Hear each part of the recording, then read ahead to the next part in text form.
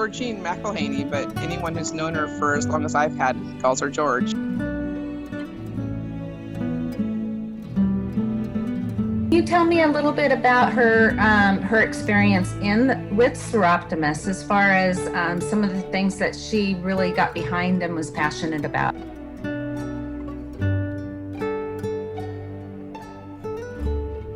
Probably held every office. I know that she was president at one time, and she was, of course, very passionate with the walk. Even when she was having a bad year, she was still there and still walking, and always her whole family was a big part of that.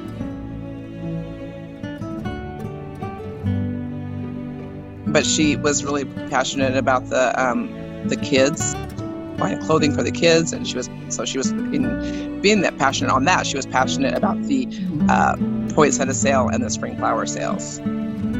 She joined Soroptimist in 1997, and she got cancer the first time in 1999, so 2 years later. And so Soroptimist was a big part of that. They were behind her the whole way, and then they went into remission. She thought she was done. In 2006, I started back at the credit union. I worked at the credit union with her in the 80s, but I came back in 2006 and I became her assistant.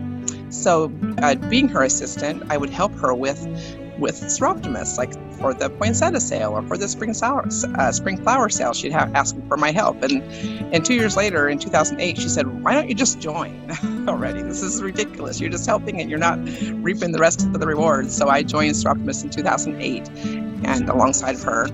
And, she was always a part of it. She couldn't always come to the meetings, but she told me one day, she said, "I will always be a Soroptimist. Doesn't matter if I can come to one meeting or 20 meetings, she'll always be a Soroptimist."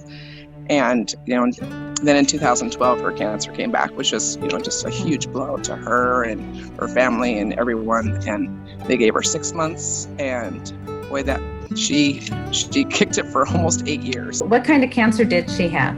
It was breast cancer. Okay. But it came the second time. It came back in different areas, but it had the same type of molecular whatever. She did a lot of clinical trials, so that were really hopeful in the beginning. But it kept taking on new life. It was just, we still did our annual trips to Diamond Lake every year, and our biannual trips down to Stanford to watch the Beavers play down there. We had a great trip to the Dominican Republic with her and her husband, and just lots of trips and lots of fun.